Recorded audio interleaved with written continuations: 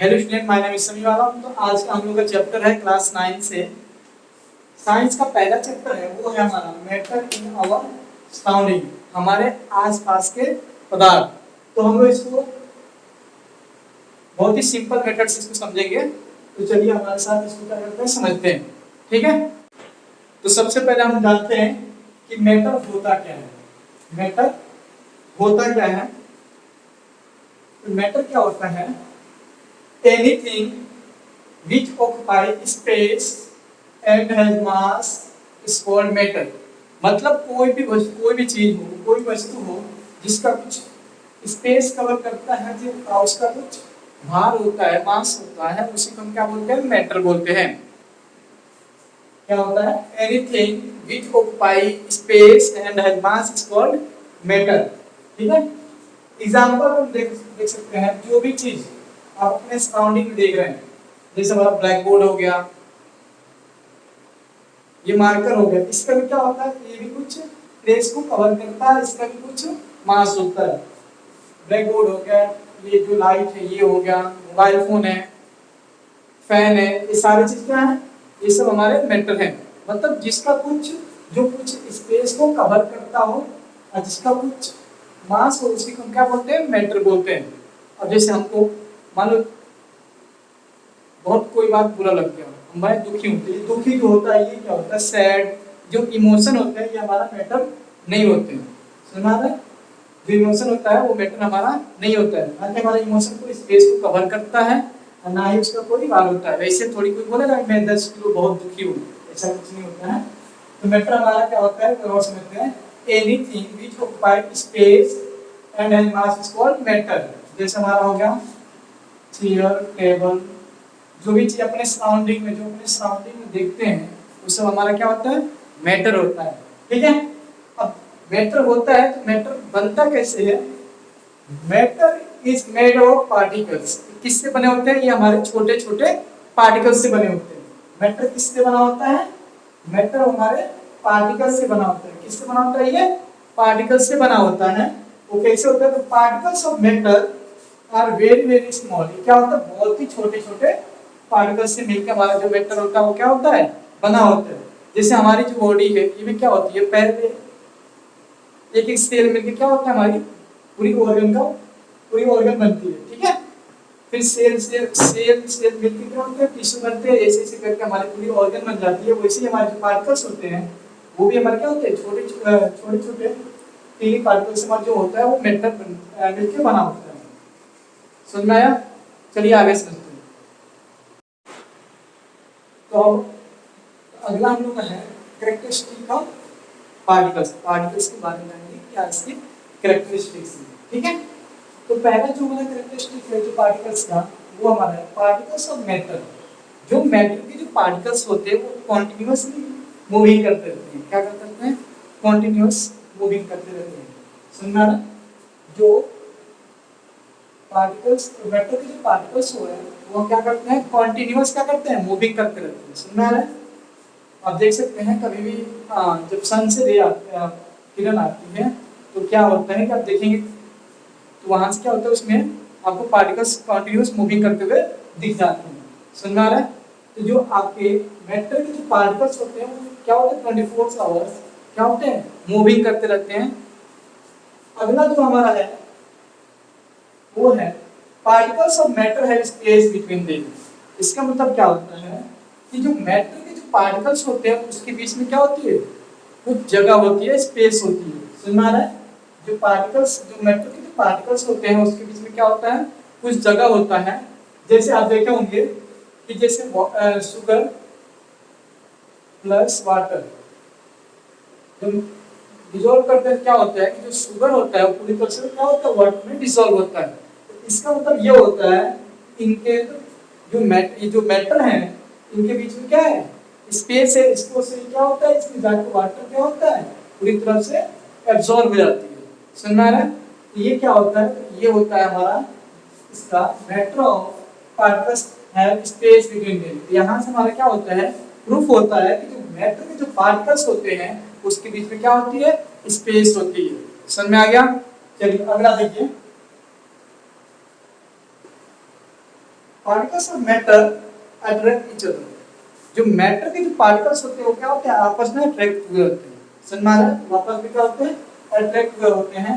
जैसे अब ये जो ब्लैक बोर्ड बनी है, इसमें बहुत सारे छोटे छोटे टीनी पार्टिकल्स मिलके ये क्या हुई है, ब्लैक बोर्ड बनी हुई है। ये क्या होता है, एक दूसरे में अट्रैक्ट हुए हैं, तभी क्या है ब्लैक बोर्ड का। अगर सबको एक एक करके हम अलग निकाल दें तो ये ब्लैक बोर्ड की अस्तित्व नहीं बचेगी। समझ में आ रहा है? जैसे हमारी बॉडी है, अगर एक एक हम इसमें से सेल्स निकाल दें तो हमारी क्या होगी, हमारी बॉडी बचेगा ही नहीं, क्योंकि सारे सेल्स बाहर हो जाएंगे तो हमारी बॉडी, क्योंकि सेल्स मिलके ही क्या होते हैं, टिश्यू बनाते हैं, उसी से हमारा ऑर्गन बनता है। ऐसे तो हमारा क्या होता है, पूरी बॉडी का फॉर्मेशन होता है। सेम वैसे ये भी है, जो पार्टिकल्स होते हैं उसका क्या होता है, वो आपस में अट्रैक्ट हो, मतलब पूरी तरह से अट्रैक्ट हुए रहते हैं। समझ में आ गया? एक बार और हम इसको रिवाइज कर लेते हैं।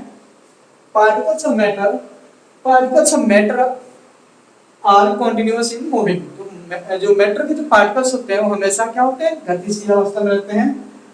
Particles of matter have space between them, मतलब जो मैटर के पार्टिकल्स होते हैं उसके बीच में क्या होता है, खुली जगह होती है, उसमें स्पेस होता है।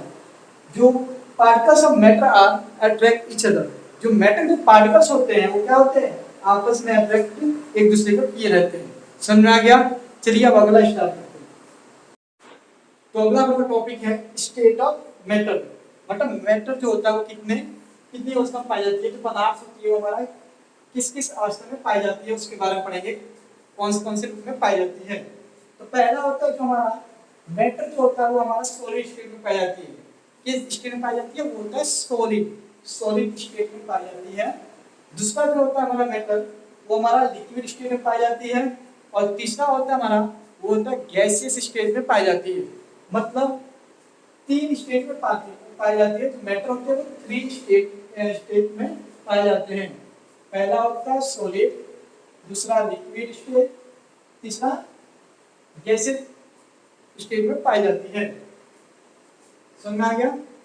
तो अब हम क्या करेंगे, सॉलिड, लिक्विड और गैस के बारे में एक एक करके बहुत बारीकी से इसको हम क्या करेंगे, पढ़ेंगे।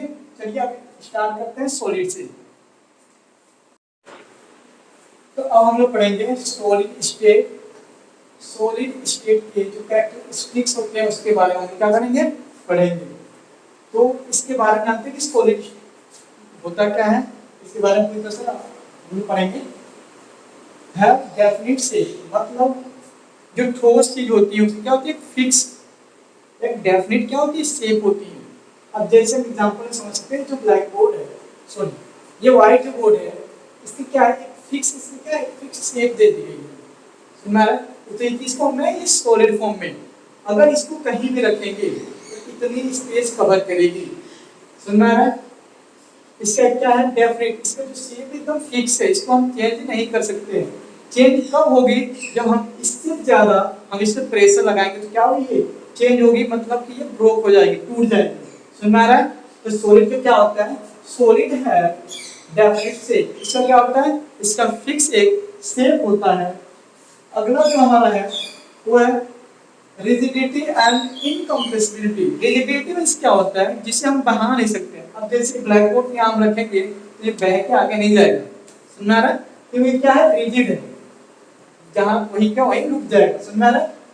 अगला जो हमारा होता है वो होता है इनकम्प्रेसिबिलिटी। इनकम्प्रेसिबिलिटी ये होता है कि हम इसको क्या करेंगे, इसको हम दबा नहीं सकते। जैसे यहाँ पे मान लो ये इतना बड़ा जो व्हाइट बोर्ड है, इसको हम अगर दबाएं तो ये, अगर हम इससे ज्यादा फोर्स लगाएंगे क्या टूट जाएगा। मगर ये क्या होता है, मतलब ये कंप्रेस नहीं होगा, दब नहीं सकता है। अगर मान इससे कम जगह वहां पर सोचो इस व्हाइट बोर्ड पर जगह लगा दे तो वहां नहीं लगेगा, क्योंकि इसका जो है, इसकी क्या शेप जो है वो फिक्स है और इनकम्प्रेसिबिलिटी है। इसको हम क्या करते हैं, कंप्रेस, इसको हम दबा नहीं सकते हैं, इसमें हम प्रेशर नहीं लगा सकते हैं। और ज्यादा प्रेशर लगाएंगे तो क्या होगा, ये टूट सकता है। समझ में आया?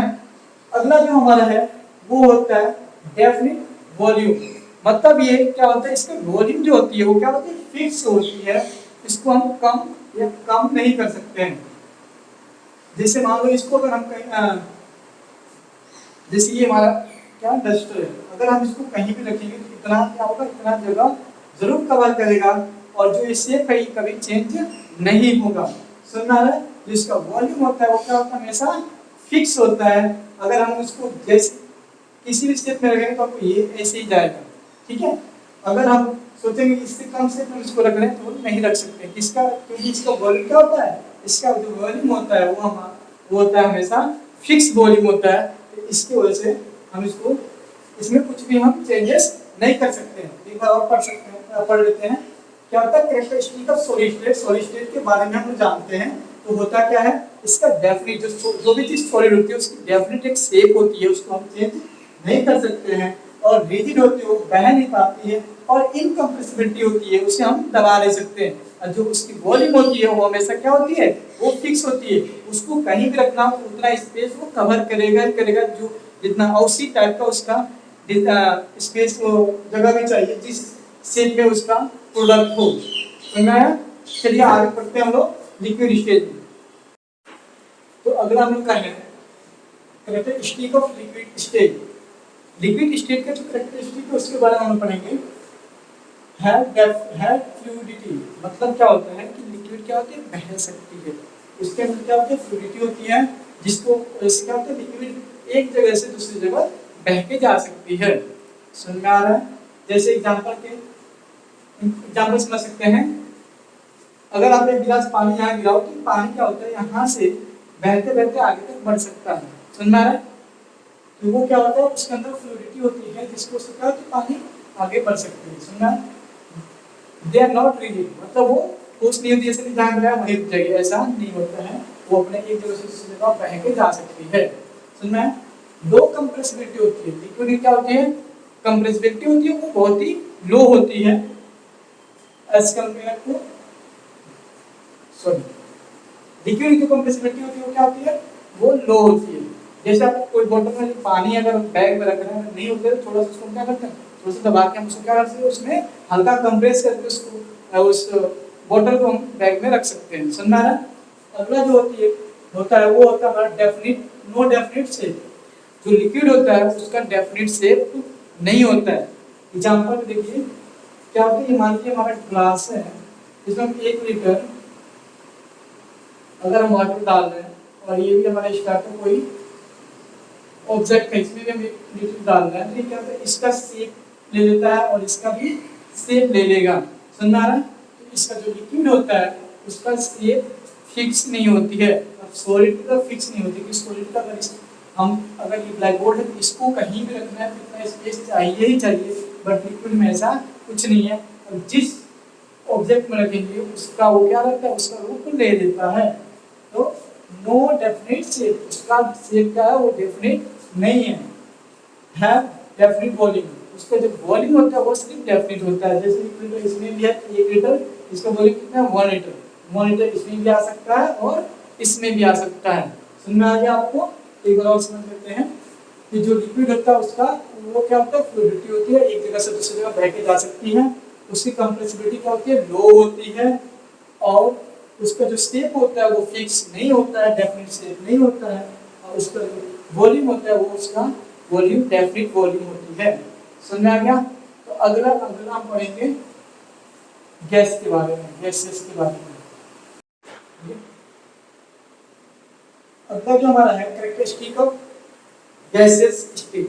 गैसेस स्टेट के बारे में हम पढ़ेंगे कि इसकी क्या कैरेक्टरिस्टिक है। पहला होता है फ्लूइडिटी, मतलब ये क्या होती है, फ्लो हो सकती है, बह सकती है, एक जगह से दूसरी जगह जा सकती है, इसके अंदर फ्लूइडिटी होती है।